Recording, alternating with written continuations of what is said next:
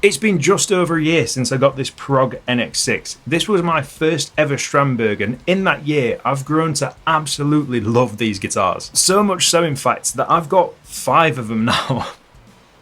However, I have been kinda critical of the brand in the past. I like to think it was constructive, but having 5 of these in various configurations has given me a good understanding of what you should expect from Strandberg and an answer to the huge question, are they really worth it? So the reason you might consider a Strandberg in the first place is because of the whole idea of what a Strandberg is meant to be. They started out life as the ergonomic guitar system in 2007 when Ola Strandberg set his sights on making the most ergonomic guitar possible, and that whole vision is what's led to where we are today. A year ago, I was having chronic problems with my hands and arms after getting injured training jiu-jitsu.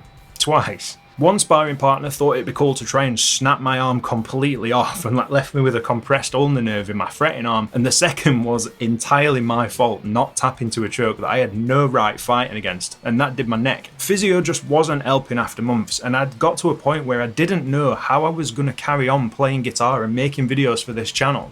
Enter Strandberg. I took a massive gamble on their feel better, sound better slogan, ordered this beauty and found something that changed the trajectory of my life, honestly. I'm not trying to be overly dramatic or anything like that, but that really is what happened for me. Don't get me wrong, it hasn't fixed my arm. It's not fucking magic or anything like that, but it is a guitar that I can rely on to let me play when I'm having issues and help me when I can feel the flare-ups on the way, and it all comes down to how it's designed, which I'll get to soon. But even if you don't have mangled body parts like I do, I was born with glass bones and paper skin.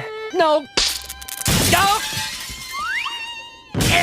there are so many reasons to try one of these guitars, dude. The absolute biggest reason that I would recommend these guitars to anybody is just how they feel to play, man. The first time I got this guitar in my hands, it was like nothing else I'd ever tried in the absolute best way possible. Immediately, the first thing you notice is just how light these guitars are, but not like in a flimsy way, it's in more of a maneuverable and agile way. It still feels completely solid, but the shorter overall length and the chambered swampash body start to make it feel like an extension of you, whereas something like an Explorer at the opposite end of the spectrum feels like you've got a fucking door under your arm.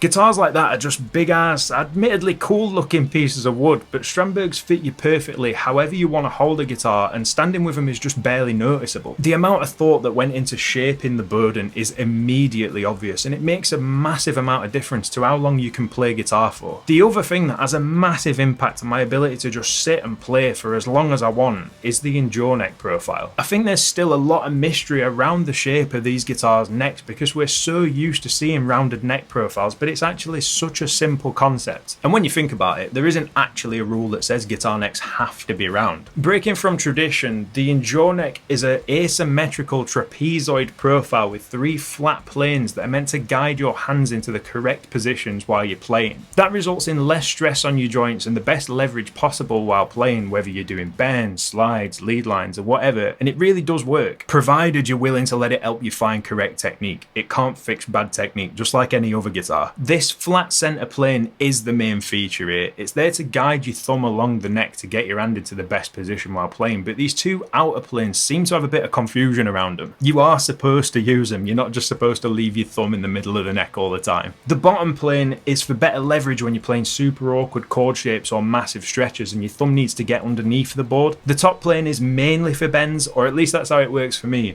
It means my thumb's got a proper place for some real leverage and I can get underneath my bends properly. And even though the neck's a weird shape, you can still play thumb over if that's your style. It's like super accommodating to all different types of players. The caveat that I always say though, it's not for everyone. I took to the endure neck immediately and found straight away that it was helping me relax my fretting hand so much better than most regular necks. You might play it and not be able to get past the fact that it feels weird to you because it's not round, or it might just not suit your playing style, which is totally cool too. If you're feeling adventurous and you just buy one online like I did, then do bear that in mind. I mean, you can always return it if you can't adjust to it or you don't like it in the long run, but I always would say try one first if you can. And I just want to take a quick second to say I appreciate you massively for checking out my video, dude. It baffles me that people even watch my videos, but I'm so thankful that you do. If you feel like it and you enjoy what I'm doing with the channel, then feel free to hit the like button because it's the best way to let the YouTube overlords know that I'm doing something right.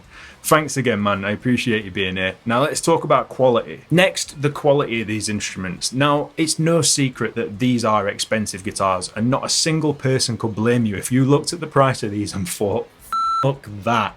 It's totally understandable. I know that sounds stupid coming from someone who's got 5 of them, but I'm willing to make sacrifices elsewhere so that I can play guitars that really make a difference to me. The thing is, the quality of these guitars is insanely good. Even this original, which was a B stock, is incredibly fucking good, dude. The materials that Strandberg use are all the best of everything, and they're so well constructed that these are the most stable and playable guitars that I own. The fit and finish is immaculate. The fretwork has always been spotless on every single one of these guitars that I've had, and the EGS Strandberg hardware is absolutely fucking bulletproof, man. Not only that, but the design of all these super high quality pieces of hardware make playing and maintaining a guitar like this an absolute pleasure. I won't lie, I was a little bit intimidated by the hardware at first, and I'm no stranger to doing my own work on guitars like setups and upgrades and all that kind of thing. But when you take a look at a piece of hardware like this, you might think you need a PhD in mechanical engineering just to change a fucking string, but I promise you it's far more easy than it looks. Let's take string changes for example. You unscrew the tuner from the string barrel, loosen the top screw, and then remove the string. After that, new string in,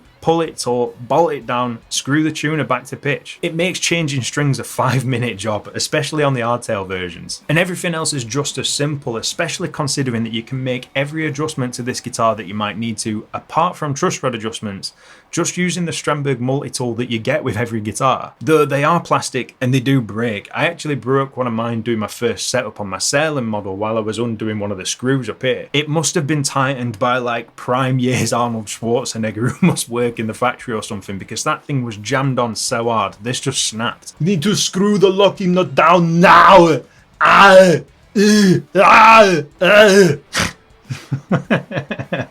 But if you are careful with them, they will last you. I just wish Strandberg would make a die-cast metal one though, please.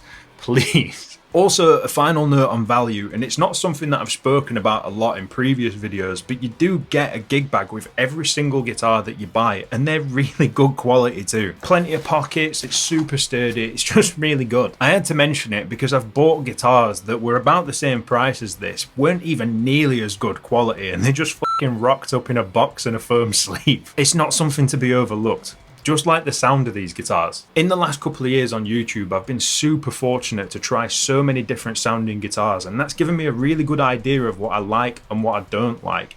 And I've just become really attached to the way that Strandbergs sound. Most of these guitars have got different sets of pickups. This original and the Prog have both got the Sur set. The original 7 has got Fishman Fluence, and then the Salem, which you probably can't see on the video right now, has got Strandberg OEM pickups in it. Despite that though, there's a sound to these guitars that I just don't think you can get anywhere else. Nah, I'm not a tone wood guy in the slightest. Sorry, Paul. The woods that you make it out of make absolutely no difference. Which means if I make the guitar out of balsa wood, it doesn't make any difference. And this goes on and on and on and on. But I just have no real fundamental understanding. But I do think a guitar is the sum of its parts. The way it's constructed, the materials, the pickups, everything. It all has an impact on the way that a guitar sounds, and considering that Strandberg have just got a thing that's completely their own, even with all the different pickup sets. My favourite set in all these guitars is the Sur set, the SSV and the SSH Plus. I think they're the most versatile pickups that Strandberg uses with the most richness and clarity, but they've also got a tendency to bring out these super nice harmonic overtones that I only ever really get on these guitars. They've got a ton of character, and I don't think there's going to be anyone that will be sad with the way these guitars sound. That said, I don't think sound is the key selling point of any guitar.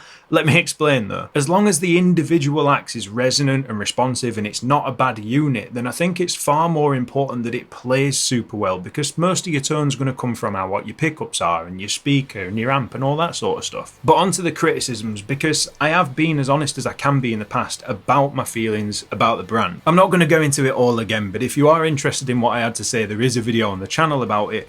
But I've always kind of felt that the brand just isn't open to players of all levels. It always sort of felt like a guitar company that was only for players of a certain level that I didn't count myself as, almost like a bit of an imposter. And then there's always the issue of how accessible they are money-wise. Well, in the wake of the couple of videos that I made that were talking about this, Ola Strandberg actually got in touch. which is insane. We didn't talk a lot, but he is every bit as nice as he seems to be, and the fact that he reached out to me, a fucking nobody on the internet, says a lot about who he is and the brand overall. He's far more important than me, infinitely more knowledgeable, but he took the time to speak to me, ask my views and see what I thought, because he knows that the feelings of his fans and customers is what's going to shape the brand for the future. I've got to give him massive props for that. It's really cool of him. In recent months, Strandberg has also done a massive thing that reduces their barrier to entry. The Bowden Essential came out and it seems to have been a massive, well-deserved success, but with it, their promotion for the guitar speaks directly to the players who might have felt like I did. And yeah, it's marketing, so you've got to think about it critically, but I don't think it's just a cynical attempt to sell more guitars. It feels like a genuine effort to provide a product to all levels of player who might be interested in Strandberg and give them everything that they want from this brand. That's what I would have said if I hadn't just bought one when I was making this video. You're going to have to wait for the full review to hear what I properly think about it, but dude, this is sick. They could have just made a bog standard Squireberg and fucking shoved that out of the door to cover that part of the market, but they didn't. I've got a lot to say about it, but not right now. So I wanted to say that the problems I had with Strandberg aren't really a thing anymore. I've never been able to pick major fault with the guitars themselves. They're fucking incredibly good, but any feelings I've got now about the brand are all completely positive. So if you're watching this because you're thinking about trying a Strandberg, then absolutely do it, dude. They're amazing guitars and I think you'll love it. Thank you so much for listening to my ramblings, mate. I hope they were useful, and if they were, clicking the buttons below would be super cool of you. Take care, mate. Stay safe. I'll see you later.